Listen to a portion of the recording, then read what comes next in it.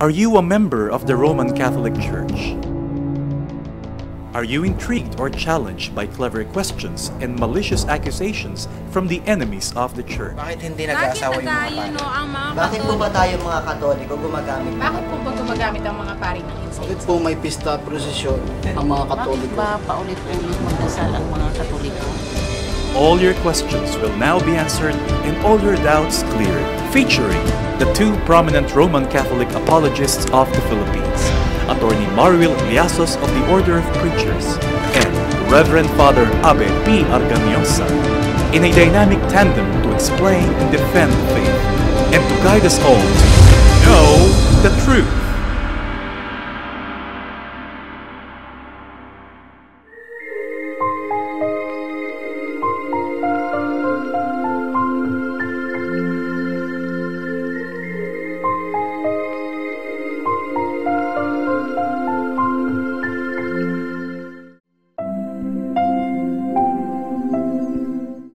Magandang araw po sa lahat ng ating mga taga-subaybay dito sa Know the Truth sa TV Maria. Ako po si Attorney Marwil Liasos sa ngalan po ni Father Abe Arganiosa. Makakasama po ninyo sa ating palatuntunan. At ito po ay ang pagpapatuloy ng ating pagtatanghal tungkol po sa pagbisita ng ating mahal na Santo Papang si Papa Francisco sa ating bansa. At makakasama po natin sa palatuntunan ito ay walang iba po kundi ang aking kaibigan at kasamahan sa Defensores Fidei Foundation, walang iba kundi si Ginoong Carlos Antonio Palad. Magandang araw sa iyo. Magandang araw din sa iyo, Brother Mars. At talaga pong napaka-interesante ng ating pag-uusapan sapagkat mas kikilalanin pa po natin ang ating pinakamamahal na Santo Papa ng mas malapitan, ika nga up close and personal. Brother Caloy, tatawagin na lang kitang Brother Caloy dahil yun ang nakasanayan ko, no? Bago nahalal itong si Jorge Mario Bergoglio bilang Pope Francis, paano ba siya nakilala ng kanyang mga kababayan? Si Pope Francis bilang Cardinal Bergoglio, Arsobispo ng Buenos Aires mula 1998 hanggang 2013, ay nakilala ng kanyang mga kababayan bilang isang simple at isang mapagkumbabang prelado. Hindi siya tumira dun sa palasyo ng mga arsobispo ng Buenos Aires. Kumbaga, kundi siya ay nagrenta lamang ng isang simpleng apartamento kung saan siya pa mismo ang nagluluto para sa sarili niya. At meron din siyang mga inalagaang mga paring mas matanda sa kanya. Nakilala siya na nagte-take lang ng public transport, ng bus o ng train. Kaya yung kanyang flock sa Buenos Aires, nakilala siya hindi lamang mula sa malayo, mula sa isang distansya, kundi up close and personal. Malapitan, ika. Talagang nalalapitan nila ng literal, nakakatabi nila sa bus, nakakausap nila sa kalye. At kilala siya na pupunta sa mga slum areas, mga maralitang lugar, no?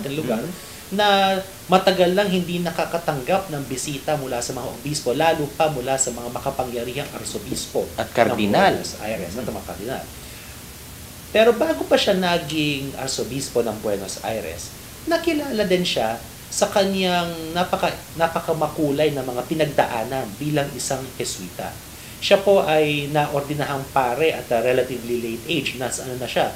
33 years old na siya. Matuturing ba to, Brother Caloy, na late vocation? In a way, late vocation siya dahil bago siya maging seminarista, ay nagtrabaho muna siya. Naging janitor. Nag-bouncer pa. Nag-bouncer sa bar. Pero, marunong din siya ng chemistry. Nagtrabaho siya sa isang kumpanya sa food, no? Dun sa food chemistry. Pagkain. Ginawa niya. So, marami po siyang pinagdaanan. Kaya alalahanin po natin to. At one point in his life, naging janitor siya. So, pag nakita natin yung pagiging malapit niya at pagiging makapagkumbaba niya, sigurado, naalala rin niya yung panahon na naglilinis lang siya. Pinagdaanan niya. Siguro, napakababa ng tingin sa kanya mga ibang tao. Pero tingnan natin ngayon, from janitor, he is now Pope. Tsaka yung dignity of labor. Dignity of labor. At yung bagang katangian ni Jorge Mario Cardinal Bergoglio bago siya naging Santo Papa, sa tingin mo ba, Brother Caloy, ito ay taglay niya pa rin hanggang sa kasalukuyan na siya na nga ang nahirang na Santo Papa ng ating Santa Iglesia? Sa isang interview na kakalimbag lamang late last year sa Argentinian newspaper na Clarín. Mhm. Sinabi niya na nung siya ay nahalal bilang Santo Papa, talagang sinabi niya sa sarili niya na hindi siya magbabago. Mhm. Na mananatili siyang tapat sa kanyang sarili. Kung sino siyang Jorge Mario Bergoglio dati, siya pa rin, the same person pa rin siya hanggang ngayon. At kitang-kita naman nung nahalal siya na bagong Santo Papa, siya mismo yung nagbayad nung kanyang bayarin doon sa hotel Oo. na kung saan siya ay tumira at sumakay siya ng public transportation imbes na napakagarang sasakyan, nag-bus kasama ng mga kardinal. Tapos, nakilala din siya na pag siya'y pupunta sa foreign trips, dinadala niya ang sarili niyang bag. Mhm. Oo. Nakikita natin yan pag bumababa siya sa eroplano, yung isang lumang-lumang bag na itim na talaga naman alam natin kung ilang taon nang pinagdaanan. Ito yung kasama niya sa kanyang mga apostolic at missionary visits. trips kahit nung siya ay obispo pa. Mhm. At talagang siya mismo yung nagbibit-bit. Siya mismo nagbibibit. At ang siguro isa rin importanteng naging senyales na siya ay hindi nagbago ay yung kanyang desisyon na tumira na lamang dun sa guest house ng Vatican, yung Santa Marta, kesa siya ay tumira doon sa palasyo ng mga Santo Papa. Apostolic Dito, Palace. Apostolic Palace. Now, gusto ko rin ditong klaruhin ng isang misconception. No? Kasi pag sinabi natin na Apostolic Palace, ang iniisip na agad natin napakagara. Napakagara, oo. Actually, ang Apostolic Palace, napakasimple. Mhm. Palace lang talaga yung tawag sa Tawag, kanya. oo. Yun yung tawag, pero hindi talaga siya malapalasyo sa loob. Sa totoo nga, napakaluma na nito. Dito tumira sila Pope John Paul II, at nung naging Pope daw si Benedict XVI, nung pumasok siya sa Palazzo Apostolico ng Vatican, yung daw roof, may leak. Mhm. No? May mga butas, may leak. So, hindi ito ganun karami. Marangya, oo. At napakasimple lang, kama, Simple merong kama. mesa, May malaking library. may malaking library. Siyempre, kailangan magbasa ng Santo Papa pagsusulat ng mga encyclicals at apostolic Pero letters. hindi isang place of luxury Oo. ito nasasabi. Sabi naman ni Pope Francis sa isa ding interview, mahilig po siya magpa-interview eh. The first Pope na mahilig magpa-interview ng madalas sa mga ordinaryong journalist at sa mga newspaper.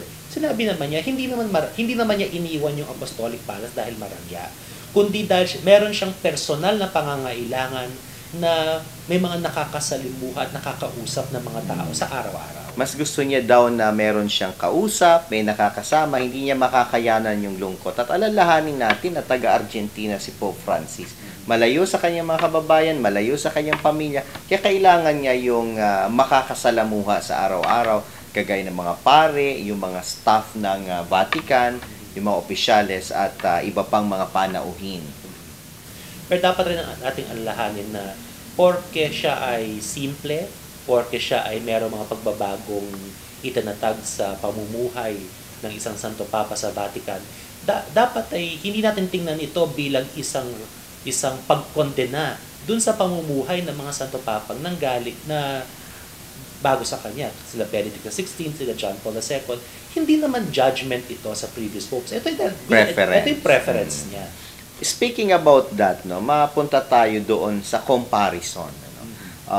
Comparisons are always very cruel, ika nga, pero hindi natin maiwasan na paghambingin si Papa Francisco sa mga naunang Santo Papa, kagaya ni St. John Paul II, na talaga namang napakasikat at very charismatic pope at isa sa mga santo at papa na nakita ko ng personal, at maging kay Pope Emeritus na kanyang pinalitan, si Pope Benedict XVI, pagdating sa estilo ng pamamalakad sa simbahan. Unahin natin si John Paul II at saka si Pope Francis. Si St. John Paul II ay ibinalik niya yung tinatawag natin na centralization. No? Dahil naging Santo Papa siya sa isang panahon na medyo nagkakagulo ang simbahan pagkatapos ng Second Vatican Council, at meron din yung napakalaking challenge mula sa komunismo. So, kailangan niyang siguraduhin na yung buong simbahan sa buong mundo ay hindi nagkakawatak-watak at hindi nagkakaroon ng mga kanya-kanyang direksyon, kundi nagmamarcha lamang sa isang direksyon sa ilalim ng Santo Papa. Kaya medyo sinentralize niya, mas malakas yung kanyang pagdikta sa mga bishops conferences, at tayo ay very grateful na ginawa niya ito dahil dito natigil yung mga ilang masasamang mga tendency sa simbahan, katulad dong pagpasok ng masamang klase ng liberation theology. Liberation theology, that's Yung so masamang true. klase na medyo na-impluensyahan ng komunismo. Marxist. At humina din dahil sa mga ginawa ni Pope John Paul II, humina din yung pagpasok ng liberalismo sa simbahan, no? Talagang he made it clear to the bishops, kailangan sundin nila ang doktrina mula sa Roma. Correct. Paano naman si Pope Francis, yung kanyang leadership style or management style sa simbahan? Kasi kay John Paul II nga at kay Benedict XVI, na-affirm na ang turo ng simbahan. So ngayon, kay Pope Francis, since maayos naman nang na-affirm yung turo ng simbahan, at hindi naman magbabago yung mga yun. Hindi naman ito mababago, mas willing ngayon siya na bigyan ulit ng otoridad, mas maraming otoridad ulit, yung bishops conferences. Ito'y hindi pagbabago ng doktrina. Ito'y napapatungkol sa estilo ng leadership ng mga papa, at ang mga popes naman, ang mga santo papa naman, meron silang prerogative kung paano nila pamumunuan ng simbahan. May mga ilang santo papa na medyo may pagka-micromanager. No, si John Paul II to a certain extent, at kahit si Pius XII. No? May mga popes naman na medyo mas hands-off. Si Pope Paul VI, for example, at kahit si Pope Francis. Pero dapat klaro sa lahat, anuman ang mga pagbabago sa personal na estilo ng mga santo papa, ang doktrina ng simbahang Katoliko ay ni kailanman hindi magbabago. Regarding naman doon sa dating papa na si Pope Emeritus Benedict XVI, no? Ano naman yung pagkakaiba niya dito kay Pope Francis? Si Pope Benedict XVI, alahanin natin, ay siyang huling santo papa na ang cultural at educational formation ay nanggaling before the Second Vatican Council. Talagang siya, old style European intellectual talaga siya, na sobrang daming alam. Sabi nga, he is probably the most learned pope in many centuries. Totoo naman ho. Talagang maraming naisulat na mga libro, maraming mga lingwaheng alam banggitin. Siya ang huling pope na kaya magsalita ng in Latin na conversational, na parang ordinaryong lingwahe lang. No? At yung cultural knowledge niya napakatindi. Yung knowledge ng classical music. Kaya dapat nating alahanin na si Pope Benedict XVI, he embodies yung classical European culture. Kaya siguro para sa mga ilan sa ating mga kasamahan ngayon, ilang mga Katoliko ngayon, parang he comes from another age. But he represents the best of old Europe, si Pope Benedict, and we appreciate and we love him for that. At si Pope Francis naman, New World. Si Pope Francis naman, New World, Argentina, the land of tango. Talagang Latin ang kanyang spirituality. At ang nakakatuwa niyan, Brother Caloy, yung mga nagkasunod-sunod na papa, may kanya-kanya silang katangian na talaga naman masasabi natin na ito ay kaloob o regalo ng Diyos sa simbahan. Halimbawa, si Pope John Paul II, he was a philosopher pope, no? Talagang magaling siya sa filosofiya, lalo na sa existentialism at phenomenology, ika nga. Ito naman si Pope Benedict XVI, talagang theologian pope. Talagang hindi matatawaran ang kanyang galing bilang isang teologo in his own right. At ngayon naman nga, si Pope Francis is a very pastoral pope. So nakita po natin yung biyaya ng Diyos sa ating simbahan sa mga santo papang nagkasunod-sunod. Kay St. John Paul II, kay Pope Benedict XVI, at kay Pope Francis. Pero isa lamang ang lagi nating nakikita, nababanaag sa kanila ang kabanalan. Ang kabanalan. Dahil bawat isa sa kanila ay vicar of Christ. Hindi yung kanilang personal na identity talaga, kundi si Kristo na ating nakikita sa kanila. May nagsabi nga sa akin minsan na yung mga popes para silang rockstar. At ang sagot ko ay hindi sila rockstar. They are the rock. Okay. They are the rock, and on them the church is built. Pero kaya the church is built on them because they represent Christ. Kaya natin nakikita sa kanila yung kabanalan. Bilang unang santo papa naman na nanggaling sa New World, lalong-lalo na sa Latin America, no? Sa Argentina, ano-ano naman ang nakikita mong lamang o puntos ni Pope Francis sa kanyang mga European predecessors, kung maituturing nga naman natin itong mga pagkalamang? Una sa lahat, Syempre lahat naman ng mga Santo Papa tao lang. So lahat yan may mga limitasyon. At bilang mga European popes, mas alam nila yung sitwasyon sa Europa. Correct. Pero hindi siguro nila palaging naiintindihan o nalalaman yung sitwasyon Sa kabilang panig ng mundo. Lalo sa mga malalayong parte ng mundo. At hindi nila kasalanan to. Wala namang Santo Papa na alam lahat eh. Perfecto. Perfecto. So si Pope Francis naman, dinadala niya yung experience, no? At yung kaalaman ng simbahan sa malalayong lugar. Lalo na ng mahihirap. Ng mga mahihirap at ng third world kung tawagin. Correct. So they bring you can say, a third world perspective sa mga problema ng simbahan. Kaya nga makapapansin natin, si Pope Francis medyo mas matingkad ang kanyang boses pagdating sa pagkondena sa mga kamalian ng kapitalismo. Correct. Oo, tama yun. Kung si Pope Benedict at si Pope John Paul II, mas malakas yung kanilang pagkondena sa komunismo dahil nakita nila yung pagsira at yung kasamaang ginawa ng komunismo sa Europa. Si Pope Francis naman, nakikita niya yung mga depekto, yung mga kahinaan ng kapitalismo na nakikita niya sa Latin America. So, mas matingkad siya magsalita dito. Kaya lang, nakakalungkot lang, may mga ilang mga kano mula sa Estados Unidos dahil dito ang bansag agad kay Pope Francis ay socialista daw siya, komunista daw siya. Kasi para sa kanila, kung hindi ka sumasamba sa kapitalismo, ibig sabihin komunista ka, pero hindi po. Pero ang hindi nila alam, ang Santo Papa ay konsensya ng ating lipunan, ng ating mundo. At si Pope Francis ay talagang tumutuligsa dito sa consumerism, dito po sa market capitalism. Yung mga kahinaan nito. At yung tinatawag yung empire of money. Kinonde na talaga nito. Yung talaga yung pagsamba sa ngayon sa Diyos-Diyosa ng pera. Tama ho yun.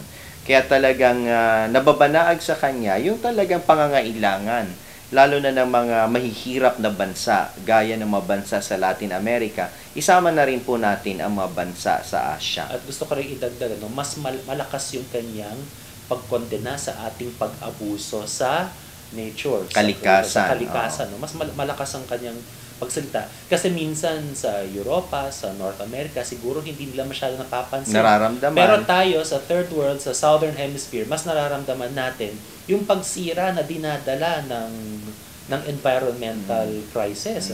Climate change, ganyan. So, dahil dito, mas may mga nagsasabi daw na bakit daw si Pope Francis nagsasalita siya tungkol sa mga bagay na ito, hindi naman daw ito pang-doktrina. Well, sabihin na nga natin hindi ito striktong pang-doktrina, kundi bilang Santo Papa, siya ay may pagkalinga rin sa lahat ng napapatungkol sa buhay ng tao. At ito ay masasabi natin na sa isang dako na doktrina rin ng simbahan sapagkat ito'y turo ng Biblia. Stewardship of God's creation. Nasa Genesis chapter 1 pa lamang itinuturo na yan.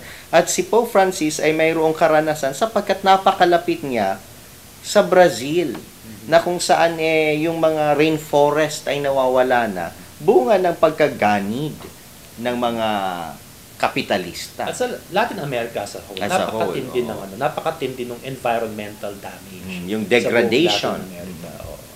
At kaya nga isa sa mga rason kung bakit napili niya ang pangalang Francis bilang Papa, hindi lamang dahil sa siya'y maralita, kundi dahil na rin sa kanyang pagmamahal sa kalikasan. Ngayon, madako naman tayo doon sa tinagurian nga na si Pope Francis ay Pope of Firsts. No? Ang daming una sa kanyang pagiging Papa. Ano-ano itong mga firsts? No? In the life of the Church, in the life of the papacy, na may kinalaman sa pagkahalal ni Papa Francisco bilang Santo Papa ng ating inang Iglesia. Well, una sa lahat, siya ang unang Papa mula sa Latin America. Correct. Unang Papa mula sa tinatagurian natin na Third World, at New World. Siya yung unang Santo Papa mula dito. Siya yung unang Papa in more than a century na hindi isang European. At marami rin siya mga ilang firsts in the sense na, for example, nung katatapos lamang ng Sinodo, sinabi niya na panahon na upang gamitin ang Italiano bilang lingwahe na opisyal, hindi na Latin, kasi karamihan yung mga obispo, sa totoo lang, halos lahat sila hindi na nagsasalita ng Latin. Italiano ang alam nila. So ginamit yun para maging mas practical. Pero dapat rin nating alalahanin, lahat naman ng Pope may firsts eh. Lahat ng popes, may mga bagong ginawa In one way or the other. in one way or the other. At yung mga ilan din sinasabi na firsts niya, hindi naman talaga niya firsts. Gusto ko lang bigyan ng isang ehemplo. Si Pope Francis ay kumakain kasama ng mga may hirap o kumakain kasama ng mga ordinaryong tao. Sabi ng media, first daw. Pero alam niyo, si Pope John Paul II Ginagawa na at si rin. Pope Benedict, ginawa din yon. Minsan si Pope Francis pumunta siya sa isang prison, nag-celebrate siya ng Mass, Holy Thursday yata. Sabi, Pope of first daw, siya daw ang first Pope na nag-celebrate ng misa sa prison, pero hindi po totoo yan. May Si mga nauna Benedict na. XVI nag-celebrate din ng misa in the same prison. At yun nga, yung pagiging first din ni Pope Francis, makikita natin dahil siyang kauna-unang Jesuita Isa pa. na Santo Papa. Sa tagal ng panahon, ngayon lamang nagkaroon ng Jesuitang Santo Papa. Dahil ang mga Jesuita ay meron silang vow na huwag tumanggap ng mga matataas na ecclesiastical honors. Tinatanggap lang nila pag sila'y inutusan na tanggapin. Correct. Dahil sila ay may fourth vow to defend the Pope at kailangang sumunod sa kanilang panatang yan. At napuna ko rin sa coat of arms ni Pope Francis, correct me if I'm wrong, Brother Caloy, na isa siya yata sa pinakaunang papa na naglagay ng simbolo, of course, ng Jesuit, yung The name of pangalan ni Jesus. Kristo, yung IHS. Nandun din yung star na sumasagisag sa Mahal na Birheng Maria. At siyang kauna-unang papa na may simbolo ni Saint Joseph sa kanyang coat of Totoo yan, arms. totoo yan. Yung wild grapes. No? So, JMJ, very Jesuit po talaga. At Holy Family. At Holy Family, of course. No? Bagamat, yun nga, Jesuita, si Pope Francis, ano ang mensaheng gustong bigyang diin niya, no? Sa pagpili ng pangalang Francis, taken from Saint Francis, na founder naman ng Franciscano. Si Saint Francis ay founder ng Franciscano, pero hindi porque siya ang founder ng Franciscano ay para lang siya sa mga Franciscano. Lahat ng mga santo ng simbahan ay santo para sa lahat ng mga Katoliko. So, nung pinili ni Pope Francis ang pangalan na Francisco, kanyang explanation na ito'y ginawa niya sa impluensya ng kanyang matalik na kaibigan na si Cardinal Humes ng Brazil. Hindi ko alam kung tama yung pronunciation ko. Humes. Pero itong cardinal na kaibigan niya ay isang Franciscan. So, parang nabanggit sa kanya yung pangalan na Francis at tinanggap niya ang pangalan na Francis dahil si Francis ang simbolo ng isang simbahang malapit sa mga may hirap. At simbahang mahirap. At simbahang mahirap. Simbahan na malapit sa creation, no, na nagtatangkilik ng na huwag sirain ng Kalikasan. At yun nga, sinabihan yata siya nung matapos siya mahalal na don't forget the poor. Kaya yun yung pumasok sa kanyang isip. Pero ang mga Jesuit din naman, may Francis din naman, si Saint Francis Xavier, na isa namang missionary. So, kahit papano, nakikita pa rin natin kay Pope Francis ang pagiging missionary. Kaya nga nung pagpunta niya dito sa ating bansa, yung kanyang pagbisita sa ating bansa, ay nagpapakita na merong missionary endeavor din ang ating mahal na Santo Papa. Si Pope Francis, Brother Caloy, ay tinawag na Pope of Surprises. Anong komento mo dito? Alalahanin natin na hindi lamang si Pope Francis ang Pope of Surprises. Lahat po ng mga Santo Papa ay merong mga kanya-kanyang mga surprises. Alalahanin natin si Benedict XVI, si Pope Emeritus, na nung siya'y naghihina na, nung siya'y hindi na nagagawa yung ilan sa mga tungkulin ng isang Santo Papa, kahit na siya'y sinasabi na konserbatibo at napaka-traditional, naisip pa rin niya na bumaba sa kanyang pwesto at magbitiw, mag-resign. The first Pope to resign in more than 500 years. So masasabi natin na napakalaking surprise That's a nito. very big surprise. Napakalaking surprise nito. Hindi ko makakalimutan yung araw na yun, Correct. February 11, 2013, na all of a sudden we had a first in 500 years. No? May Pope na nag-resign. Hindi natin naisip ni sa hinagap na may isang Santo Papang nakaupo na bababa sa kanyang posisyon. Samantalang maraming mga leader ng gobyerno ang kapitoko sa kanilang posisyon. Talagang surprising. Oo, surprising talaga. Pero dito rin natin makikita na si Benedict XVI ay mapagkumbaba din. No? Na alam niya na hindi na niya kaya, kaya inamin niya sa harap ng buong mundo, hindi ko na kaya, kailangan ko ng mag-step aside At for ipaubaya someone else. So, sa mas may kakayanan mamuno ng ating simbahan. Brother Kaloy, kaiba sa mga naunang Santo Papa, madalas at paboritong ma-misquote, no, ng media at ma-misinterpret si Pope Francis. Bakit sa tingin mo suking-suki ng secular media si Pope Francis para ma-misquote at ma-misinterpret? una sa lahat, may dalawang elemento kung bakit siya madalas ma-misquote o ma-misunderstand. Una sa lahat, si Pope Francis ay successor ni Pope Benedict. At si Pope Benedict, sa totoo lang, sobra siyang hated ng world media. Bakit? Because Pope Benedict XVI talagang walang takot sa kanyang pagtanggol sa katotohanan na tinuturo ng simbahan. True. So ngayon, may pangangailangan ang media na i-portray si Francis bilang the anti-Benedict, no? Na kung si Benedict XVI ay kadiliman, si Pope Francis ang ilaw, no? Liwanag. Ang liwanag. Talagang darkness and light. Gusto lang gumawa ng false dichotomy. Pero so mali. ngayon, lahat ng sinasabi ni Pope Francis, kanila binabaluktot para ipamukha na binabago na niya ang turo ng simbahan. Tinatalikuran na niya ang mga turo ni Papa Benito. The truth is, si Pope Francis, mas pastoral lang talaga magsalita. Siguro, dahil na rin sa kanyang panahon sa Argentina, na siya ay naging provincial superior ng mga Jesuita noong panahon ng dictatorship. So natuto siyang magsalita very firmly but in a way na hindi palaging makaka-offend. Yung very pastoral. Pero maririnig pa rin siya. At yung kanyang mensahe, pareho pa rin na mensahe ng simbahan.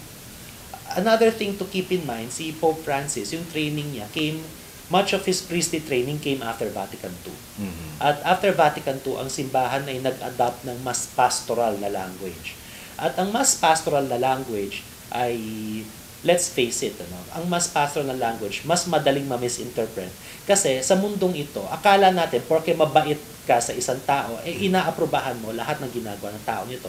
So dahil mas pastoral si Pope Francis, yung kanyang mga salita, yung kanyang mga gestures ay mas malumanay kumpara sa mga Santo Papang nanggaling bago sa kanya, iniisip ngayon ng mga tao na inaaprobahan na ni Pope Francis yung mga kasalanan na kinondena ng kanyang mga predecessors. Pero hindi po totoo ito. Si Pope Francis po, wala po siyang binago ni isang formal na turo ng simbahan, ni isang doktrina ng simbahan, wala siyang binago. At sa katotohanan lang, hindi naman niya pwedeng baguhin talaga. At Brother Kaloy, isa nga sa naisip ko rin na dahilan ay dahil napakalapit ni Pope Francis sa media, no? Talagang kasi nagbibigay siya madalas ng interviews na hindi madalas na ginagawa naman ni Pope Benedict o nung mga nakaraang Santo Papa. Si Pope Benedict, nakailang interview siya pero sa piling journalist lamang. Si Pope John Paul II, as far as I know, 2 interview lang yata. Isa sa TV, tapos isa in book form pa nakasulat. So, kontrolado yun. Talagang na-control niya yung kanyang message. Si Pope Francis, talagang mahilig siya sa off the cuff. Tsaka open siya sa lahat na pwedeng magtanong. At kaya naman, yung may mga agenda, ay talagang ginagamit siya. So, ano masasabi mo naman doon sa mga sari-saring grupo na sari-sari din ang advokasiyang isinusulong at nakikisakay sa popularidad ng Santo Papa at ginagamit mismo ang Santo Papa kahit sa maling pamamaraan? Napakalaking kasalanan ang baluktutin ang pananalita ng isang representante ni Kristo. Pope Francis is the Vicar of Christ. Wala tayong karapatan na gamitin ang kanyang mga salita para sa mga advokasya at mga bagay na salungat sa turo ni Kristo. Ang isa nga dyan sa mga advokasyang sinusulong ay yung sa LGBT community na ginagamit yung napakapamoso na ngayon at nasa t-shirt pa ng ibang estasyon na who am I to judge? Ang sinabi naman po talaga ni Pope Francis is, if a gay person has goodwill and seeks the Lord, who am I to judge? Ang nakakalimutan ng media at ang nakakalimutan madalas ng LGBT, yung sinabi ni Pope Francis na seeks the Lord and has goodwill. Kailangan meron yon. Yung pagsunod sa Yung Diyos. pagsunod, ay yung kagustuhang sumunod sa Diyos. At hindi naman nagbago yung sinabi ni Pope Francis. Ganon din naman yung nasa Catechism of the Catholic Church. At maliban dyan, yung pamamaraan ni Pope Francis ay very biblical. Dahil yun din ang pamamaraan ni Kristo nung kanyang pinatawad yung isang babaeng nahuli sa pakikiapid. Sinabihan niya, hindi rin kita huhusgahan. Go and sin no and more. sin no more. At yun ang importante. Si Pope Francis din naman, hindi niya kinokondena ang mga person. Individual. Ang mga individual. Hindi niya kinokondena ang individual. Ngunit, kinokondena niya definitely ang kasalanan. Correct. Alam natin to, bakit? Napakadaming mga homily, napakadaming mga sermon ni Pope Francis. Kinokondena niya ang corruption. Kinokondena niya yung same-sex marriage. Sinabi niya, every child has the right to a mother and a father. At isa nga dyan, yung sinasabi ni Pope Francis sa Brother Caloy, na talagang he is for the traditional marriage, na isang babae at isang lalaki, nang sinabi niya na yung mag-asawa, that the wife should help the man to become more of a man, and the husband to help the wife to become more of a woman. No? So talagang walang nabago sa aral ng simbahan. At napakatindi lalo na ng pagkondena ng ating Santo Papa sa krimen ng abortion. Correct. Talagang walang, pagdabasa niyo po yung mga speeches ni Pope Francis, talaga sinasabi niya na abortion is the product of what he calls a throwaway culture. Isang kultura na nagpapahalaga lamang sa economic side ng tao, yung kanyang yaman, yung kanyang pera, pero walang pakialam sa human dignity. Correct. So, ito ay isang Pope who judges. This is a Pope who judges. This is a Pope who condemns.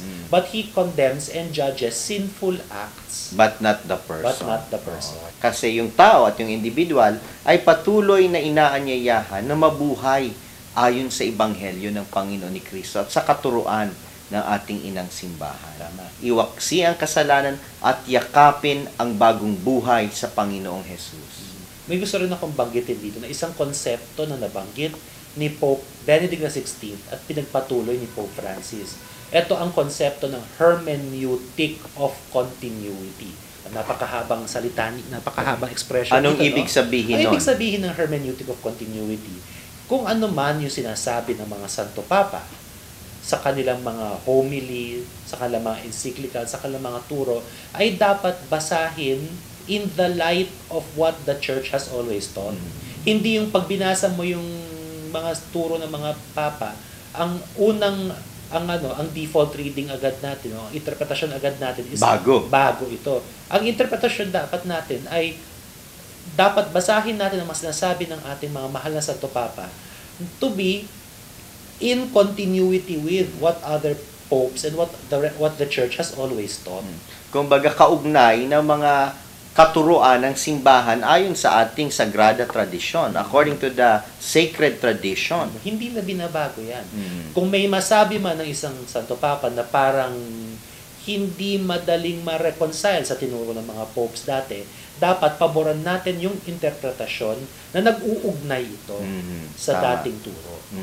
At kung ano man yung mga bagong sinasabi ng Santo Papa, ito lamang ay paglilinaw o pagpapalawig ng dati ng katuruan ng ating inang simbahan. Sa katekismo nga, alam natin sa doktrina ng simbahan, may tatawag ng development of doctrine. Correct.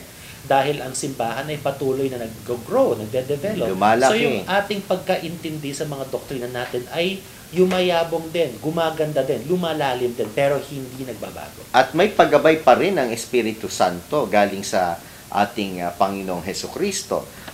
Brother Caloy, dumako tayo sa usapin ng ekumenismo, no?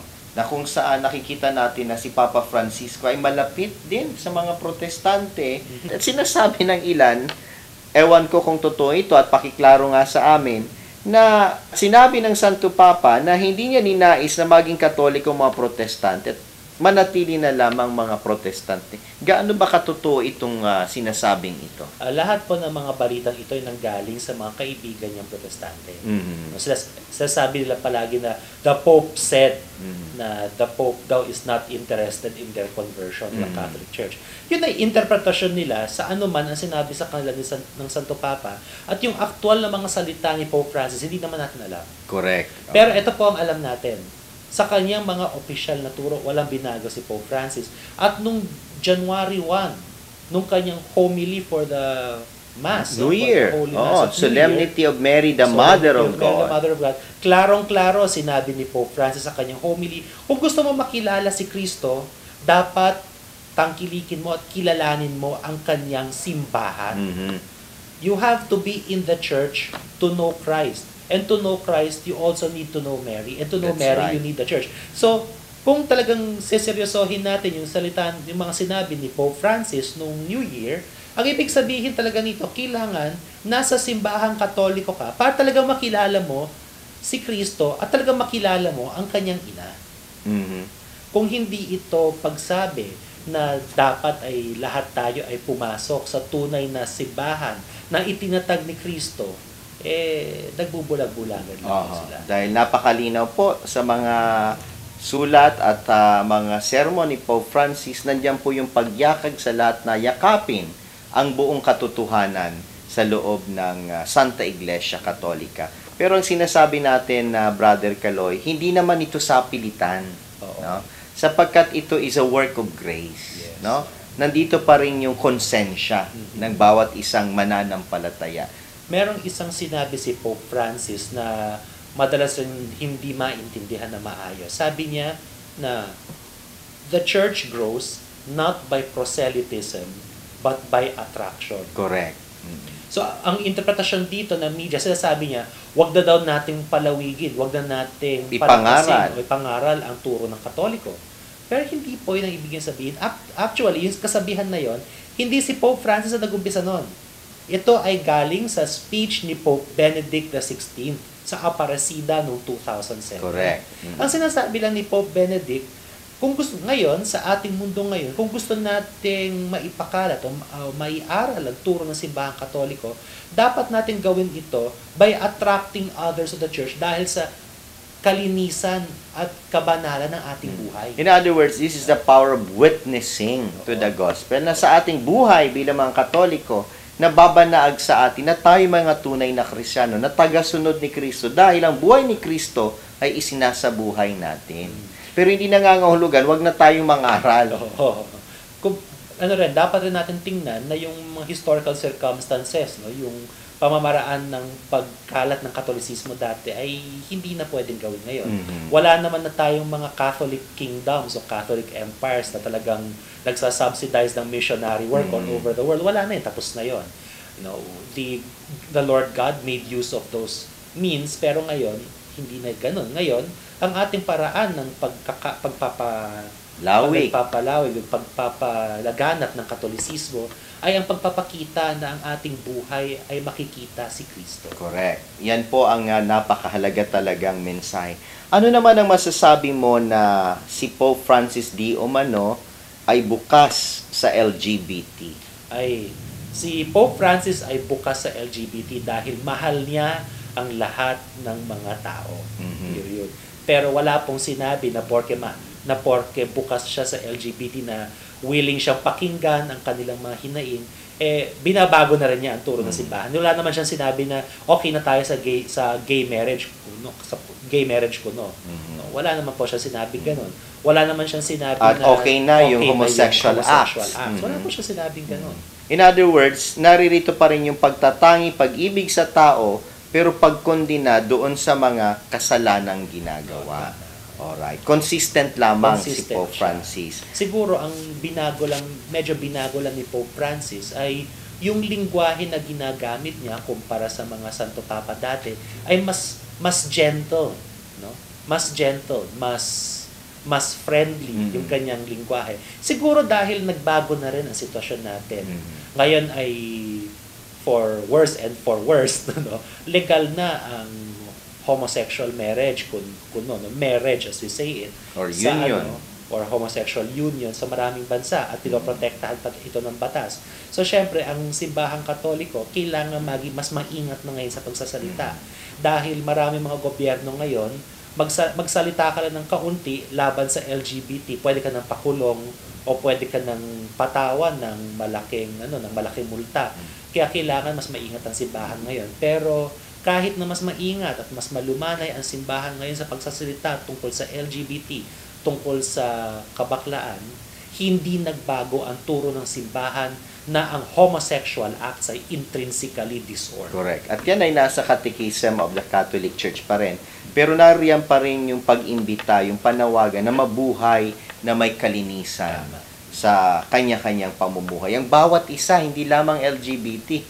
Kahit na yung mga lalaki at babae, bata, matanda, dapat lahat ay nabubuhay ng ayon sa katuruan ng Panginoong Hesukristo sa ebanghelyo na itinataguyod ng Iglesia Katolika. Minsan kasalanan rin ng secular media na parang yung mga popes dati wala nang pinag-usapan kundi sexual morality. Yung LGBT, yung homosexuality, yung contraception, abortion. Pero sa totoo lang, ang daming importanteng bagay nga ito, pero hindi ito lahat. Ang daming pwedeng pag-usapan. No? Corruption sa gobyerno, pangangalaga ng kalikasan, yung tamang distribution ng resources. Correct.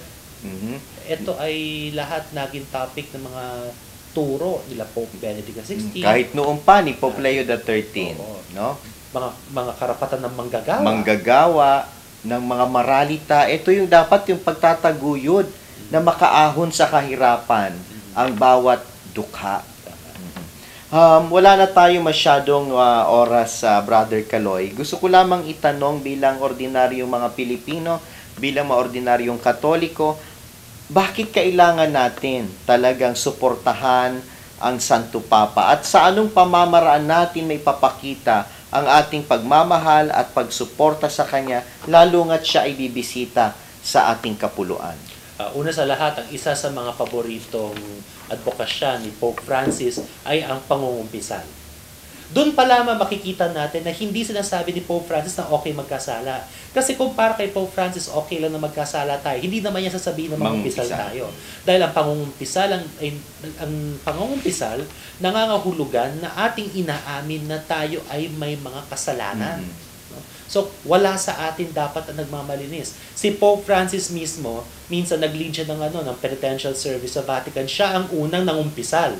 In front of everyone, nangumpisal siya to show that importante ang confession. So, I would say the first way we can show our support for Pope Francis is by going to confession. To reconcile ourselves with God. To reconcile ourselves with God. At pangalawa ay Eucharistic adoration. Correct. So, at yung pangatlo na babanggitin ko, pero hindi, last but not the least, kumbaga kung sabihin natin sa Ingles, ay dapat aralin natin ang katesismo at aralin natin yung tunay na sinasabi ni Pope Francis. Hindi yung sinasabi ng media na sinabi niya, kundi yung tunay na sinabi niya. At makikita natin ito sa mga pahayag ng simbahan, sa mga pahayag ng mga dioseso at kahit ng pahayag ng Vatican mismo, yung website ng Vatican. Nandito ang mga opisyal na teksto at turo ni Pope Francis. Basahin po natin ito, pagnilayan po natin ang kanyang mga sinasabi at makikita po natin na he is a very pastoral Pope, he is a very charitable Pope, he is a very loving Pope, but he is first and foremost a Catholic Pope. At yan po, napakinggan po natin ang ating panayam kay Brother Carlos Palad ng Defensores Fidei Foundation. At talaga nga naman na tayo binihiyaan ng isang Santo Papa na katulad ni Pope Francis, the Vicar of Christ and the successor of Peter. At ang lahat po ng sambayan ng Pilipino ay sumusuporta at dumadalangin na kasihanawa ng Panginoong Diyos ang ating mabunying Santo Papang si Papa Francisco. Welcome to the Philippines, Pope Francis. Mabuhay, mahal po namin kayo. Ito po si Attorney Marwil Yasos na nagsabing, alamin natin ang katotohanan na siyang magpapalaya sa atin.